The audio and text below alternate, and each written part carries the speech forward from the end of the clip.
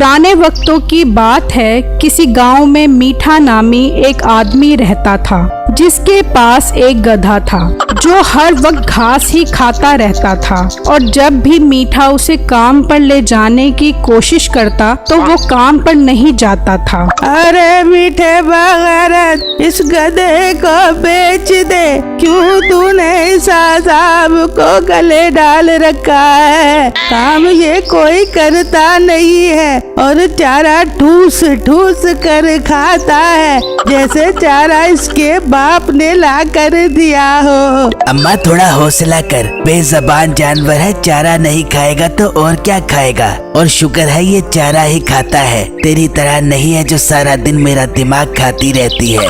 वाह वाह, ये चारा तेरे पैसों का आए तो तुझे पता चले, पैसे तो मेरे लगते हैं। अम्मा तू हर वक्त पैसों की बातें करती रहती है, तू शुक्र अदा क्यों नहीं करती कि अल्लाह ने तुझे गबरू जवान बेटा दिया है। तू और क्या चाहती है?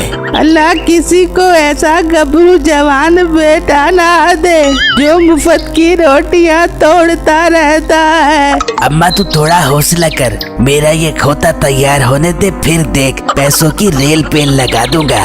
बस बस मीठे, तेरी ये बातें पिछले 5 साल से सुनती आ रही हूँ। जितना चारा मैंने इस खोते को खिला दिया है, मुझे तो अब तू कम, ये खोता मेरा बेटा ज्यादा लगता है। अरे बेगम तू बस कर, क्या हर वक्त मीठे के पीछे पड़ी रहती है? और मीठे तू इस खोते को बेचकर अपनी जान छुड़वा। काम तो ये करता नहीं है, बस मुफ्त का चारा रगड़ता रहता है। बस तुम सब जलते रहो मेरे खोते से। अब देखो ये कैसे मेरे साथ काम पर जाता है। ये कहकर मीठा अपने गधे के पास आया। चल मेरे प्यारे खोते, चल मेरे साथ काम पर। चल चल, मेरी नाक ना कटवा दी। ये कहकर मीठा अपने गधे को चलाने की कोशिश करने लगा तो गधे ने मीठे को लात मारी और मीठा दूर जाकर गिरा। हाँ मीठे, अब मिल गया सुकून तुझे। मैं ना कहता था कि इस नमक हराम को बेच दे।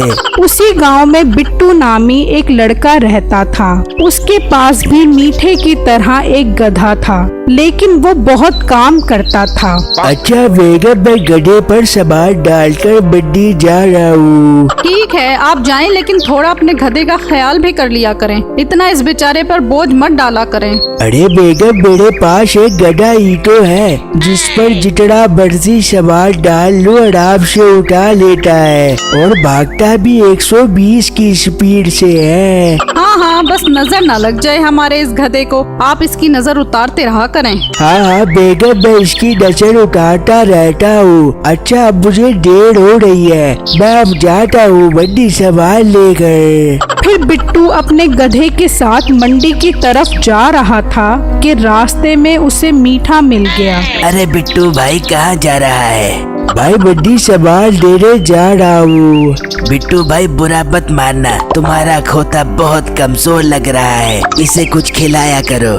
अरे भाई, मैं इसे सरसों के दाने और देसी घी वाला चारा खिलाता हूँ। बस बस इतनी लंबी लंबी तो मत छोड़ो, मुझे तो लगता है इसके हिस्से का चारा भी तुम खा जाते हो। जी नहीं, आपको कोई गलत फहमी हो रही है और मेरा रास्ता छोड़ो, मुझे देर हो रही है। आज मुझे मंडी में बहुत सारा काम है। ये कहकर बिट्टू वहाँ से चला गया तो मीठा कहने लगा, अरे यार इसका खोता तो बहुत काम करता है और ये तो इस खोते की वजह से अय्याशी वाली जिंदगी गुजार रहा है। और मेरा खोता तो लगता है किसी सुस्त खोते का बच्चा है, कोई काम नहीं करता।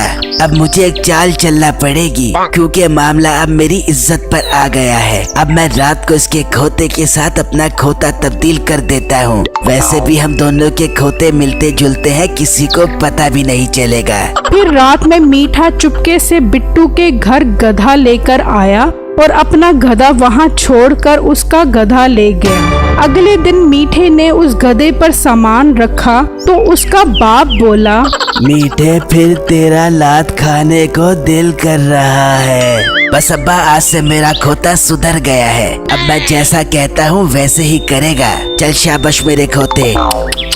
चल शाबाश। ये कहा तो वो गधा चल पड़ा। ये देखकर मीठे के माँ बाप बहुत हैरान हुए। वहाँ दूसरी तरफ बिट्टू अपने गधे के पास खड़ा था तो एकदम उसने बिट्टू को लात मारी और बिट्टू दूर जाकर गिरा।